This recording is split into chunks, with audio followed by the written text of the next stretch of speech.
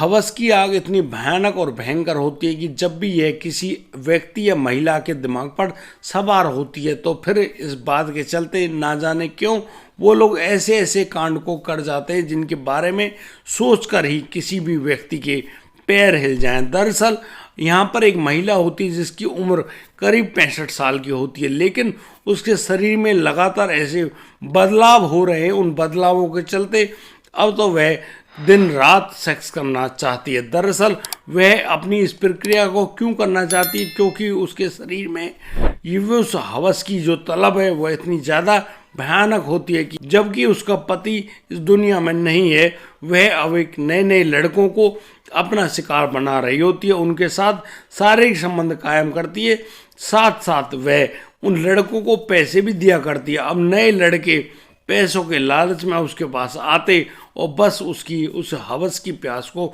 मिटाते। यहाँ पर लड़कों को एक नया ही कारोबार सा मिल गया था। अब तो डे बाय डे नए नए लड़के चेंज होते और यहाँ उस महिला के साथ इसी प्रकार के संबंध बनाते और हर शिफ्ट के अनुसार उनको पैसा मिला करता। अब तो वह महिला उन लड़कों के साथ बहुत ही ज़्यादा मज़े करने लगी थी और जिस प्रकार से उस महिला का ये बदलाव सामने आने लगा था, अब तो वह जो महिला है वह उस कॉलोनी में जितनी भी और जो औरतें या जितने भी लोग हैं सबके निगाह में आ जाती है और सभी लोग बड़े ही हैरान होते हैं और कहते हैं कि यार इस 65 साल की महिला अपने घर में करती क्या है जो दिन रात इसके घर में नए नए लड़कों का आना जाना लगा रहता है। सभी लोग हैरान हैं और दुखी हैं, लेकिन एक दिन जब उनके घर में पुलिस आती है तो पुलिस को देखकर पूरी कॉलोनी दंग रह जाती है। दरअसल पुलिस वहां पर क्यों आई, आखिर पुलिस को वहां आने की जरूरत ही क्या पड़ गई। बहुत ही हैरान और रोमांचक ये मामला। मैं उम्मीद करता हूं आप लोग इस वीडियो को अंत तक जरूर देखेंगे। नमस्कार, आदाब, सत श्री अकाल दोस्तों, स्वागत है आपका हमारे यूट्यूब चैनल किस्से क्राइम के। और दोस्तों आपसे वही प्यार भरी गुजारिश, आगे बढ़ने से पहले हमारे चैनल को सब्सक्राइब करना, नोटिफिकेशन की बेल को दबाना बिल्कुल ना भूलें। और दोस्तों हम लोग फेसबुक पर भी हैं और हमारे इस चैनल को आप लोग सब फॉलो करना बिल्कुल ना भूलें। दोस्तों आज का बेहद ही हैरान करने वाला मामला सामने आया है पटना बिहार से। दरअसल पटना की वह एक बड़ी कॉलोनी, पॉश कॉलोनी बोले तो, जिसका नाम इंद्रपुरी होता है। वहाँ पर एक सुजाता नाम की महिला जो कि सुजाता निवास नाम के उस बड़े से मकान में रहा करती है। यहाँ पर उसके पति भी काफ़ी समय उसके पास मौजूद होते हैं, लेकिन उनको एक गंभीर मानसिक बीमारी हो गई थी जिसके चलते वो एक दिन छत से नीचे गिर पड़े और उनकी दर्दनाक मौत हो जाती है। सुजाता जो कि उस घर में रहती हैं वो एक महिला टीचर थी, लेकिन अब तो उनकी पेंशन उनके पास आया करती है। अच्छा खासा परिवार। यहाँ सुजाता के 2 बेटे होते हैं और यहाँ पर उनका एक बेटा मुंबई में रहता है और दूसरा बेटा दिल्ली में रहता है। यहाँ पर दोनों अपने अलग अलग काम करते हैं और बस अपनी पत्नियों के साथ बड़े ही मज़े से रहते हैं। यहाँ पर सुजाता अपने पति पूरन सिंह के साथ रहा करती थी, लेकिन जब से उनके पति पूरन सिंह की वह दर्दनाक मौत हुई है तब से वो घर में अकेले ही रहा करते हैं। आज के इस समय में किसी भी आदमी का मोबाइल से दूर रहना बहुत ही मुश्किल होता है। बस उसी प्रकार से अब तो वह महिला यानी कि वह सुजाता भी अपने मोबाइल फ़ोन का इस्तेमाल करती है, लेकिन यहाँ इस मोबाइल के चलाने के दौरान अब इस मोबाइल में कई बार बहुत सारी ऐसी फिल्में, ऐसे चित्र वगैरह आ जाते हैं जिनको देखकर किसी भी व्यक्ति या महिला के दिमाग में उत्तेजना बढ़ जाए। अब इसी प्रकार की कुछ फिल्मों को देख रही होती है वह सुजाता, और अब सुजाता के शरीर में कुछ अलग ही प्रकार की प्रक्रिया जागृत होने लगती है। ये प्रक्रिया होती है शारीरिक संबंध बनाने की, यानी कि अब तो वह उन फिल्मों को देखा करती है और कहीं ना कहीं वह मन ही मन सोचा करती कि शायद उसको कोई ऐसा लड़का मिल जाए जो उसके साथ इस प्रकार के संबंध बनाए। एक दिन की बात, वह अपने उस घर में अकेली मौजूद होती है। एक दिन उनके पास उनके ऊपर वाले जो माला है उसमें रहने के लिए 2 लड़के आए हुए होते हैं। वो लड़के यहाँ पर उस सुजाता से पूछ रहे होते हैं कि क्या हमें आपके ऊपर की जो मंजिल है वो मिल जाएगी रहने के लिए। यहाँ पर सुजाता कहती है कि हाँ मिल तो जाएगी, लेकिन वह ऊपर साफ़ सफाई उसे करानी पड़ेगी। अब तो साफ़ सफाई कराने के बाद जो उन लड़कों में एक तो काम किया करता था और एक वहीं पर रहकर पढ़ाई करता था। जो काम करता वो तो सुबह सुबह अपनी ड्यूटी चला जाया करता और जो वहाँ पर पढ़ाई करता है उसका नाम होता है रवि। अब एक दिन वह सुजाता उस रवि को अपने पास बुलाती है और अपने घर में बिठाती है। अब तो यहाँ पर चाय नाश्ता सब कुछ होता है, लेकिन यहाँ पर वह जो सुजाता है उस रवि के पास जाती है और उससे बड़े ही ढंग से बातचीत करती है। रवि भी यही सोचता है कि हाँ, काफ़ी उम्रंदाज महिला है, उसके माँ से भी ज़्यादा उम्र की वह महिला, शायद उसको भी कोई बात करनी होगी, इसीलिए उसने उसके पास बुलाया है और अपने पास बिठाया है। अब यहाँ पर इसी प्रकार की बातचीत चल रही होती है। अब तो वह जो सुजाता है उस रवि के बहुत ही ज़्यादा नज़दीक आ जाती है और उससे कहने लगती है कि देखो, उसे उससे एक प्यार चाहिए। वह प्यार ये है कि उस सुजाता को उस रवि के साथ संबंध बनाने। इस बात को सुनकर वह जो रवि है काफ़ी ज़्यादा चौंक जाता है और वह खुद परेशान होते हुए कहता है कि अरे आंटी, आपको शर्म नहीं आती? आप इतनी उम्र की हो, लेकिन वह तुम मेरे साथ ये काम करना चाहती हो। लेकिन यहाँ पर सुजाता उस रवि से कहती है कि देखो, मैं तुमको 1,000 रुपये दूंगी, यदि तुम एक बार मेरे पास ये संबंध बनाओगे तो मैं तुम्हें हर बार के 1,000 रुपये दिया करूंगी। अब तो उन पैसों के नाम सुनकर उस रवि के मुंह में पानी आ जाता है और फिर वह राजी हो जाता है और वो लोग अंदर उस कमरे में जाते हैं, यानी कि बेडरूम में जाते हैं, और वहाँ पर सुजाता के साथ शारीरिक संबंध बनाया जाता है। यानी कि अब जैसे वह सुजाता वहाँ पर संतुष्ट हुई है, वह उस लड़के को 1,000 रुपये देती है और अब तो उन रुपयों को लेकर वह रवि बहुत ही राजी होते हुए अपने कमरे में चला जाता है। अब तो रोज़ रोज़ का यही किस्सा, यानी कि सुजाता उस रवि को अपने पास बुलाती और उसके साथ संबंध बनाती। कुछ दिनों के बाद उस रवि को ऐसा लगने लगा था कि वह उस सुजाता के साथ ऐसा काम नहीं कर सकता। वह पूरे बात को अपने दोस्त को बताता है। अब उसका दोस्त भी 1,000 रुपयों के चक्कर में उस रवि की बात मान लेता है और वह भी अब उस महिला के साथ संबंध बनाता है। अब यहाँ पर उस लड़के को भी लगातार संबंध बनाते हुए जब थोड़ी कमजोरी महसूस होने लगती है तो वह भी सुजाता के साथ संबंध बनाने से मना कर देता है। अब तो वह सुजाता उन लड़कों को अपने उस कमरे से बाहर निकाल देती, यानी कि उन्हें अपने घर में किराएदार नहीं रखती है और उनको कहीं भी भेज देती है।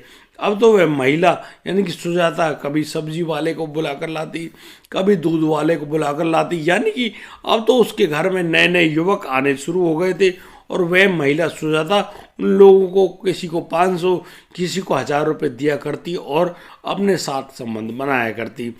अभी बहुत ही जल्दी उनकी जो कॉलोनी में एक नई दुकान खुली है, वह जो दुकान जिसको चलाने वाला वह लड़का धीरज होता है, धीरज वहाँ उस कॉलोनी में यानी कि लोगों को फ्री होम डिलीवरी दिया करता है। अब तो वह सुजाता उस धीरज को अपने घर में किसी सामान के बहाने बुलाती है और अब यहाँ उस धीरज से भी यही बात कह रही होती है कि वह उसके साथ संबंध बना लिया करे और अपने मन माफिक पैसे ले लिया करे, वह उसकी हर ज़रूरत को पूरा करेगी। अब वह धीरज सुजाता की इन बातों में आ जाता है और बस उस महिला यानी कि 65 साल की वृद्ध महिला के साथ संबंध बनाया करता है। लेकिन वह उस महिला से कहता है कि उसको पैसे नहीं चाहिए, दरअसल उसकी बहन की शादी होनी है, वह जब चाहे उससे संबंध बनाए, लेकिन उसको कुछ पैसे चाहिए उसकी बहन की शादी में। अब तो सुजाता राजी हो जाती है और बस वह दिन भी आ जाता है जब उस जो धीरज है उसकी जो बहन की शादी होनी थी। अब तो एक दिन संबंध बनाते समय वह धीरज उस सुजाता से कहता है कि उसको पैसे चाहिए। यहाँ पर सुजाता भी उससे मना नहीं करती और बस 30,000 रुपये उठा कर लाती है और बस उस लड़के धीरज को दे देती है। अब धीरज भी उन पैसों को पाकर बहुत ही ज़्यादा खुश होता है और धीरज अब मन ही मन सोच बैठता है, यानी कि उसके दिमाग में वह लालच घर कर जाता है कि अब तो इस महिला से बहुत सारे पैसे ऐंठने हैं। बस अब तो वह जब भी आता उस महिला को नए नए बहाने बनाकर सुनाता और अब उस महिला यानी कि सुजाता से पैसे ऐंठना शुरू कर दिया था उस लड़के धीरज ने। जिस प्रकार से धीरज उस महिला से पैसों को ठग रहा था, यानी कि उससे चिकनी चुपड़ी बातें करता और सुजाता के साथ संबंध भी बनाता, लेकिन उससे उसकी एवज में बहुत सारे पैसे लेने लगा था। तो अब जो सुजाता है वह सोचने लगती कि अब तो उसके पास से पैसे भी खत्म होने लगे हैं, वह भी बहुत ही ज़्यादा गरीब होने वाली है। अब तो वह सुजाता सोचती है कि कहीं ऐसा ना हो उसके बच्चे उसके पूरे राज को जान जाएं तो फिर कहीं यहाँ समस्या बड़ी हो जाए। लेकिन एक दिन जब वह धीरज के साथ संबंध बना रही होती है तो धीरज यहाँ उस महिला सुजाता से 20,000 रुपयों की मांग करता है। सुजाता उससे मना कर देती कि नहीं, वह तुमको 1 रुपये भी नहीं देगी, तुमको वह ऑलरेडी बहुत पैसे दे चुकी होती है। इस बात को सुनकर वह धीरज दुखी होता है और वह कहता है कि देखो, यदि तुमने मेरी मांग नहीं मानी तो मैं तुम्हें पूरी कॉलोनी में बदनाम कर दूंगा और सभी लोगों को बता दूंगा कि तुम यहाँ पर क्या काम करती हो। लेकिन अब तो वह सुजाता जो होती है वह उससे कहती है कि वह चाहे जिसे जैसे चाहे बदनाम कर दे, उसे कोई दिक्कत नहीं होगी। यानी कि अब वह सुजाता उससे ना तो डरने वाली है, ना ही किसी काम को करने वाली है, ना ही उसकी किसी बात को मानने वाली है। अब तो जो सुजाता है वहीं उस बिस्तर पर मौजूद होती है। बस धीरज वहां से गुस्से में खड़ा होता। धीरज गुस्से में आग बबूला होते हुए अब सीधा उस घर के किचन में जाता है और वहां पर जो धारदार जो वस्तु रखी होती है उसको अपने साथ उठाकर लाता है। और अब यहाँ पर वह बड़े ही प्यार से उस सुजाता से प्यार जताने लगता है। उस वस्तु को तो उसने छुपा रखा था अपने पैंट की जेब में, लेकिन वह यहाँ पर उस सुजाता से प्यार करने लगता है, उसको किस करने लगता है। धीरे धीरे वह सुजाता के पीछे यानी कि पीठ की तरफ चला जाता है और फिर वहाँ पर भी किस करने लगता है। जैसे ही धीरज उस वस्तु को उस महिला सुजाता के गले पर फिराता है यानी कि रेतता है, अचानक से वह जो महिला होती है सुजाता धड़ाम से बेड पर गिरती है और अब तो वहीं पर वह अपने प्राण खो देती है। वह धीरज चुपके से उस जो धारदार वस्तु है उसको अपने जेब में रखते हुए वापस उस घर से बाहर निकलता है और बस बाहर जाते हुए गेट को बंद करके वहाँ से चला जाता है और अपनी दुकान पर पहुँच जाता है। यहाँ वह स्कूटी लेकर जाता है और फिर उस जो वस्तु है जिससे उसने उस महिला का गला रेता है उसको ले जाकर एक नाले में फेंक देता है। वह अपनी दुकान पर तो आकर रुक जाता है, लेकिन अगले दिन जैसे ही उसके घर में वह दूध वाला वह लड़का आता है जिसके अक्सर उस सुजाता के साथ संबंध बन जाया करते, वह दूध देने के लिए उस घर में तो आता है, लेकिन यहाँ पर सुजाता जब उसको जवाब नहीं देती है तो वह उत्सुकतावश अब आगे बढ़ता है और अब उस घर में जाकर सुजाता को जोर जोर से आवाज़ लगा रहा होता है। लेकिन वहाँ उसकी आवाज़ का जवाब कौन दे, क्योंकि वहाँ पर सुजाता थी ही नहीं। वह अब उस सुजाता के उस बेडरूम में जाता है क्योंकि वह लड़का भी उस सुजाता के पूरे घर से यानी कि जानकार था। वह अंदर जाता है तो उसके पैरों तले जमीन खिसक जाती है। दरअसल वह देखता है कि सुजाता यहाँ अपने बेड पर मृत पड़ी हुई है। उनके साथ पूरी प्रक्रिया को किसने अंजाम दिया इस बारे में उसको तो कोई जानकारी नहीं है, लेकिन वह आनन फानन में पुलिस के पास फ़ोन कर देता है। और अब तो जब उस पॉस कॉलोनी में वह पुलिस आती है तो सभी पड़ोसी बड़ी ही हैरानी से देखते हैं कि भाई आखिर पुलिस को ऐसा क्या जरूरत पड़ गई जो इस कॉलोनी में वह आई है। अब तो पुलिस यहाँ पर छानबीन करने में जुट जाती है कि यहाँ पर कौन कौन आता था कौन कौन नहीं आता, लेकिन वहाँ पर कोई और युवक हो या मनुष्य हो जो जवाब दे। अब यहाँ पर कोई भी जवाब देने वाला आदमी या महिला नहीं थी, यानी कि एकमात्र सुजाता जो कि खुद मौत के मुंह में जा चुकी हैं, वो अब पुलिस को कैसे जानकारी दें। पुलिस बहुत ही ज़्यादा हैरान और दुखी है, लेकिन अब तो उस सुजाता के जो दोनों बेटे हैं उनको भी सूचना दे दी जाती है और वो लोग भी अब यहाँ अपने घर आ जाते हैं, लेकिन पुलिस के ऊपर दबाव बनाते हैं कि वह पुलिस ठीक ढंग से छानबीन करे। पुलिस तो छानबीन में जुट गई है और बस अब पता करने जा रही है कि आखिर इस दर्दनाक हत्याकांड को अंजाम किसने दिया है। अब पुलिस यहाँ पर उन सीसीटीवी कैमरे जो कि उस पॉस कॉलोनी में लगे हुए थे, जगह जगह घर पे लगे हुए थे, अब उनसे सीसीटीवी फुटेज को निकालती है और यहाँ पर पुलिस को मालूम चलता है कि एक नीले रंग की जो स्कूटी है वहाँ पर एक लड़का जा रहा है। अब तो उस स्कूटी के बारे में जब पूछा जाता है तो वह स्कूटी निकलती है उस धीरज की जो कि वहाँ किराने की दुकान चलाया करता है। जब उस लड़के धीरज से पूछा जाता है कि धीरज क्या तुम उस घर में गए थे सुजाता के पास, तो यहाँ पर वह कहता है कि हाँ वह गया था क्योंकि सुजाता ने सामान मंगाया था, वह सामान को वहाँ पर देकर आया था और बस वहाँ से वापस आ गया। लेकिन दोस्तों यहाँ पर धीरज बोल तो झूठ रहा था, वह पुलिस को उल्टा गुमराह करता है कि भाई क्या फ्री होम डिलीवरी करना गलत बात होती है क्या, क्या किसी बुजुर्ग महिला की मदद करना गलत बात होती है। अब इन बातों पर वो गुमराह तो कर रहा है, लेकिन पुलिस यहाँ काफ़ी ज़्यादा हैरान और दुखी होती है। भाई कोई भी दुकानदार है वह अपना काम तो करेगा ही। इन बातों को सोचते हुए पुलिस उस धीरज से ज़्यादा कुछ नहीं कह पाती है, लेकिन करीब 4-5 दिन बीत जाने के बाद पुलिस अब उस सीसीटीवी फुटेज को लेकर बैठी होती है और तसल्ली से वहाँ जांच कर रही होती कि यदि धीरज किसी सामान को देने जाएगा तो उसको देकर आने में कितना वक्त लगेगा। यहाँ पर पुलिस नोटिस करती है कि धीरज को उस महिला के पास से आने में करीब 40 मिनट का टाइम लगा, लेकिन किसी भी सामान को डिलीवर करने में 40 मिनट का सामान टाइम नहीं लगता है। बस इस बात पर गौर करते हुए पुलिस अब दोबारा उस धीरज के पास जा पहुंचती है और धीरज से फिर पूछ रही होती कि भाई तुम सच ही बताओ कि तुम वहां पर गए, तुम सामान क्या लेकर गए थे। अब यहाँ पर जो वह धीरज है वह बताता है कि वह पोहा लेकर गया था, वगैरह वगैरह जो सामान होता है। लेकिन अब पुलिस दोबारा से काउंटर क्वेश्चन करती है कि भाई क्या इस सामान को डिलीवर करने में तुमको 40 मिनट लगेंगे, यानी कि तुम उस घर में इतने टाइम पर गए थे और तुम इतने टाइम पर वापस आए हो, तुम्हें यहाँ पर समय लगता है 40 मिनट का। क्या 40 मिनट किसी भी सामान को डिलीवरी करने में लगते हैं। अब जैसे पुलिस इस बात को पूछती है उस धीरज से, धीरज के माथे पर पसीना आ जाता है। अब इस बात को सोचते हुए पुलिस देखती है कि हाँ, जरूर कोई ना कोई राज इस लड़के यानी कि धीरज के दिमाग में है। अब पुलिस उस धीरज को गिरफ्तार करती है और उसको पुलिस थाने में ले जाकर जब उससे ढंग से पूछताछ की जाती है तो यहाँ पर धीरज सारे राज को बयां कर देता है कि कैसे उसकी जो वो मृत महिला है यानी कि सुजाता किस प्रकार से नए नए लड़कों को अपने पास बुलाती और फिर उनके साथ संबंध बनाती। इस प्रकार से उनका ये पूरा प्रोग्राम चल रहा होता है। वह अब उस महिला से बहुत सारे पैसे ऐंठने के मूड में होता है, इसीलिए उसने उस महिला के साथ इस प्रकार का यह कांड किया।